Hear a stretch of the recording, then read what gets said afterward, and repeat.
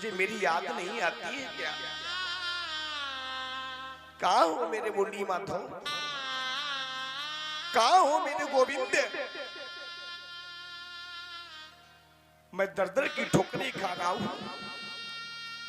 तुझसे प्रेम करके, तुझसे मित्रता करके मुझे क्या मिला? ये दर दर की ठोकरें मिली, और क्या मिला? क्या सजा मिली है मुझको? क्या सजा मिली है मुझको? और तेरी दोस्ती के पीछे मैं दर दर भटके रहा हूँ। तेरी दोस्ती के पीछे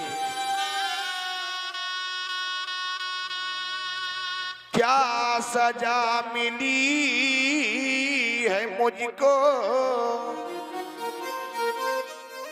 और तेरी दोस्ती के पीछे और मैं दर दर भटके रहा हूँ।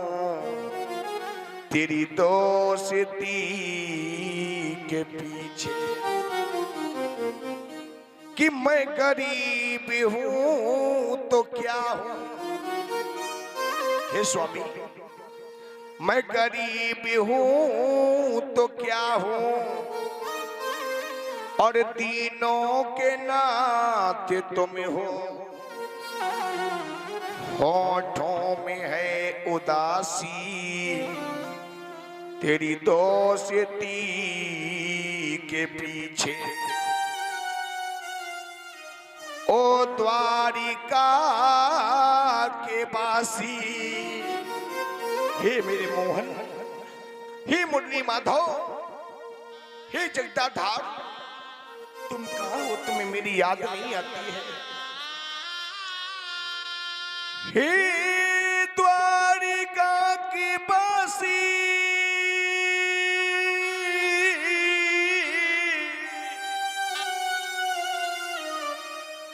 और दे दो सरड़े जरासी अखियां दरसी की प्यासी तेरी दोस्ती के पीछे। दर दर की ठोकरें खा रहे हैं सुदामा। कुछ भी नहीं है सुदामा जी के पास भी। गरीबी में अपना जीवन काट रहे हैं सुदामा। याद रखना, आपसे निवेदन है, कभी भी किसी गरीब व्यक्ति को देख करके मुस्कुराना नहीं है। कभी भी किसी गरीब को देख करके हंसना नहीं, क्योंकि समय का कोई भरोसा नहीं है, कब किसके पास में कैसा समय आ जाए। मेरा गोविंद पल में राजा को फकीर बनाता है और फकीर को राजा बना देता है। ऐसा मेरा गोविंद है। सुदामा जी रो रहे हैं, मैया सुशीला भी रो रही है। ऐसी भयंकर गरीबी सुदामा जी के पास में। तो मैया सुशीला ने कहा, स्वामी एक काम करो, जब परमात्मा आपके बचपन के मित्र हैं तो परमात्मा के पास में चले जाओ। नहीं सुशीला, जिस गोविंद से मैंने कपट किया है उस गोविंद के सामने में मैं कैसे जाऊंगा, कैसे अपना मुख दिखाऊंगा? नहीं नाथ चले जाओ, आपको मेरी सौगंध है, चले जाओ नाथ चले जाओ। सुदामा जी कहते हैं, चला तो मैं जाऊंगा, लेकिन गुरु मित्र के यहाँ कभी खाली हाथ नहीं जाया जाता है, कुछ न कुछ अवश्य होना चाहिए। चिंता न करो, उसकी व्यवस्था मैं कर दूंगी। तो सुखदेव जी कहते, राजन परीक्षित, मैया सुशीला आज पड़ोस में जाती है और पड़ोसन से कहती है, बहन हमें एक मुट्ठी चावल दे दो, मेरे पति परमात्मा से मिलने जा रहे हैं, जब वो वापस आ जाएंगे तो मैं एक मुट्ठी के बदले में तुम्हें 10 मुट्ठी वापस कर दूंगी। तो सभी लोग मैया सुशीला को धुतकार देते हैं, चली जाओ, तुम कहां से 10 मुट्ठी चावल वापस करोगी।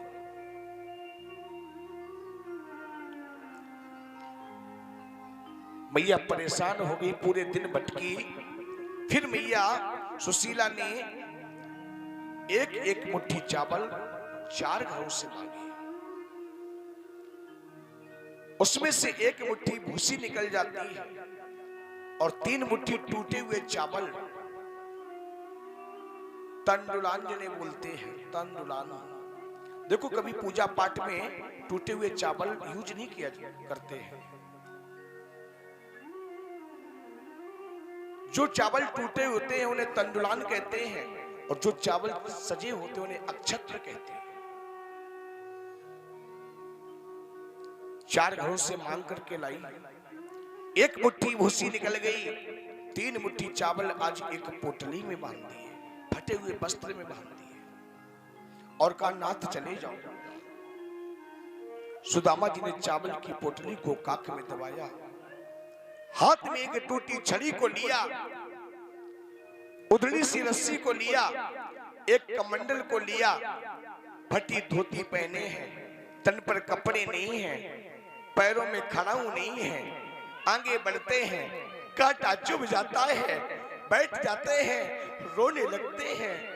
रास्ता चला नहीं जा रहा है, शरीर तो ऐसा है हड्डियां ही दिखाई पड़ती हैं, रो रहे हैं। चलते हैं गिरते हैं। गोविंद मुझे अपने पास में बुला लो, कहां हो मेरी मुरली माधव, कहां हो मेरे मोहन, मुझे अपने पास में बुला लो। धीरे धीरे जाते हैं, चलते हैं गिरते हैं, चलते हैं गिरते हैं, थक जाते हैं तो बैठ करके रोने लगते हैं। आ जाओ मेरे मुरली माधव। परमात्मा सब कुछ देख रहे हैं कि आज मेरा सखा हमसे मिलने के लिए आ रहा है, रास्ता चला नहीं जा रहा है, दर दर की ठोकरें खा रहा है, पैरों में कांटा लग गए हैं, पैरों में बीमारियां फट रही हैं, दर्द के कारण बिलख रहा है। सुदामा रो करके परमात्मा को बुलाते हैं, आ जाओ मेरे मुरली माधव, आ जाओ मेरे गोविंद, कहां हो तुम। तुम्हें मैया सबरी ने बुलाया था, तुम दौड़ करके आए थे, कैसे बुला रही है। नैना थकी गए, नैना थकी गए, राह निहारूं कन्हैया वो देर न करो। नैना थकी गए, राह निहारूं कन्हैया वो देर न करो। नैना थकी गए, राह निहारूं कन्हैया वो देर न करो।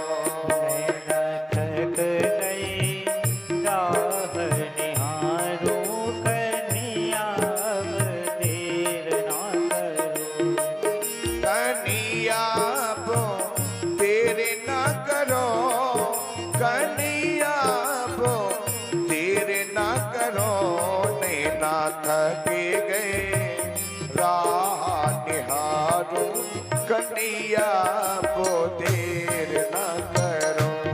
नैना थक गए, राह निहारूं कन्हैया वो देर न करो। आ जाओ मेरे मुरली माधव।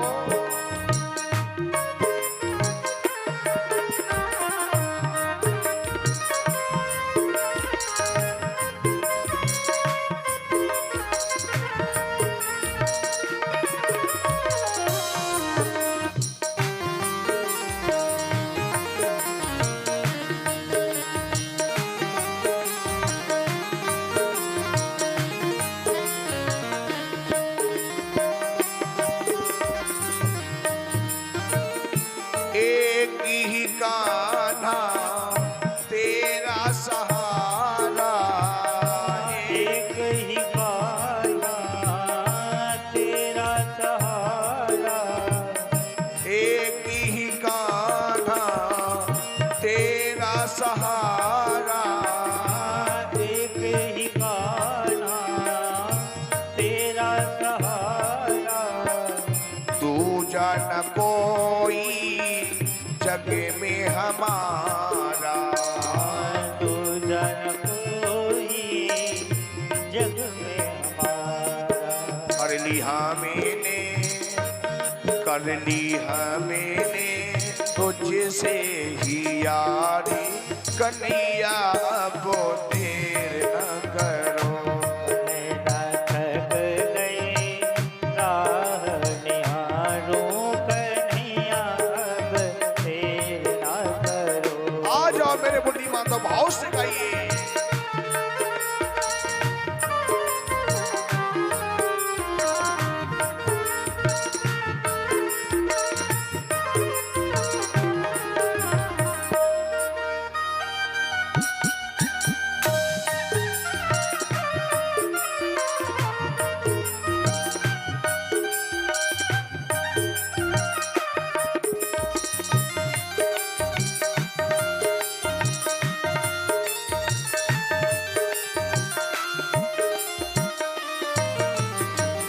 हरि दम पूजो नित्य में ध्याऊं, हरदम फूल मैं ध्याऊं, सबसे पहले श्यामी मनाऊं, सबसे सबसे पहले श्याम मनाऊं। सुन लो मेरे मन की कहानी, कन्हैया अब देर न करो।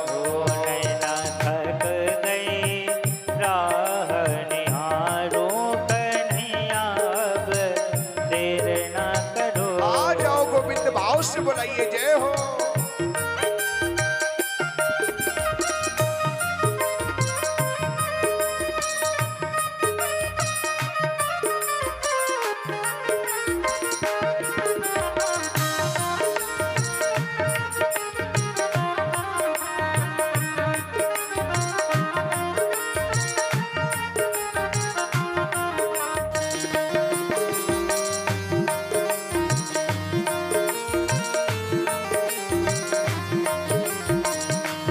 नैना थक गए राह निहारूं, कन्हैया अब देर न करो।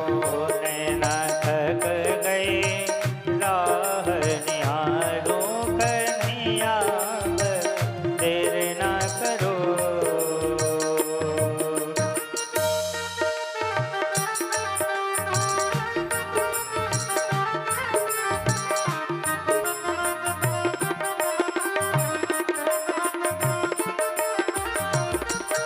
जय हो।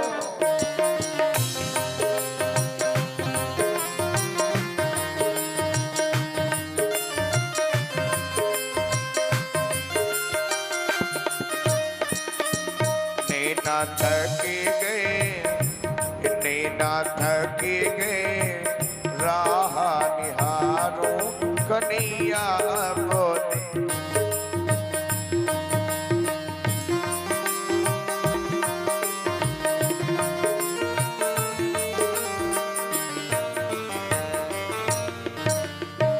ये हमारे मैनेजर साहब जी के द्वारा व्यासपीठ का सम्मान किया गया, और आज का प्रसाद भी इन्हीं के द्वारा है, जो शाम को आप लोगों को मिलेगा। और अभी हमारे भैया जी के द्वारा व्यासपीठ का सम्मान हुआ, सभी संगीत वाले भाइयों का सम्मान हुआ। मैं सदैव ईश्वर से कामना करता हूँ झोलियां बनी रहे, सदैव कृपा बनी रहे। बोले गोविंद भगवान की। सुदामा जी आज दर की ठोकरें खाते खाते चल देते हैं।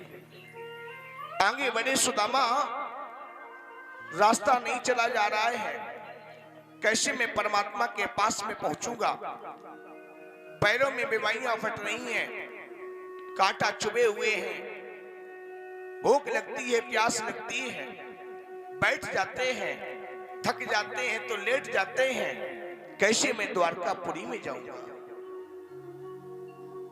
धीरे धीरे आगे बढ़े, देखा एक नदी मिली, अब नदी को पार कैसे किया जाए। बैठ जाते हैं। परमात्मा ने सोचा कि मेरा सखा आ रहा है, नदी के किनारे बैठा है, नदी को पार नहीं कर पा रहा है। तो सुखदेव जी कहते हैं, राजन परीक्षित, परमात्मा स्वयं आज केवट बनकर के नाव को लेकर आ जाते हैं। कोई नदी से पार जाने वाला है? हाँ, मैं चलूंगा। परमात्मा ने सुदामा जी को बिठा लिया और जैसे बीच धार में पहुंचे, कहा सुदामा तुम्हारे पास में उतराई है देने के लिए। सुदामा ने कहा भैया मेरे पास में पैसा नहीं है, अगर फ्री में पार करना चाहो तो कर दो, नहीं तो मुझे यहीं से वापस कर दो। केवट रूपी परमात्मा ने कहा नहीं सुदामा चिंता न करो, मैं आज तुमसे उतराई नहीं लूंगा। परमात्मा ने स्वयं केवट बनकर के सुदामा को नदी से पार कराया। आगे बढ़े, थक गए, बैठ जाते हैं। फिर आवाज लगाई, कहां हो मेरे मुंडी माधो, मैं कैसे आऊंगा तुम्हारे द्वारकापुरी तक, मुझे अपने पास में बुला लो। रो करके कहते क्या? सुदामा जी कहते हैं हमें लगता नगरी बहुत दूर है, और सुदामा कहते हैं उस द्वारका नगरी में मैं कैसे जाऊंगा जहां पर मेरा परमात्मा रहता है, कैसे मैं उस द्वारकापुरी में जाऊंगा, अपने गोविंद से मिलूंगा। हमें लगता है कि मैं वहां तक पहुंच नहीं पाऊंगा, क्योंकि हमसे रास्ता नहीं चला जा रहा है। परमात्मा ने देखा कि सुदामा नहीं आ पा रहे हैं, रात में सुदामा सो जाते हैं, तो परमात्मा ने रात ही रात में सुदामा जी को द्वारकापुरी में लाकर के खड़ा कर दिया। आंख खुली, अरे मैं कहां पर आ गया, अरे इधर उधर देख रहे हैं, अरे भैया ये कौन सी नगरी है, ये कौन सी नगरी है, ये तो द्वारकापुरी है। अरे द्वारका? तो एक गुजराती आ गया, उसने कहा भैया सुनो ये द्वारका छी, द्वारका छी, तो लगता है मैं दूसरी द्वारका में आ गया। अरे नहीं भैया, आपके यूपी में है बोलते हैं, लेकिन हमारे द्वारका में, गुजरात में, देखो द्वारका जो गुजरात में पड़ती है, तो कहते हैं हमारे गुजरात में है को छी बोलते हैं, ये द्वारका है। क्या इसी द्वारका में मेरा गोविंद राज्य करता है? क्या इसी द्वारका में मेरे कृष्णचंद्र राज करते हैं? हाँ, इसी द्वारका में राज्य करते हैं। भैया मुझे परमात्मा के महल तक पहुंचा दो। तो सज्जन लेकर के चलते हैं।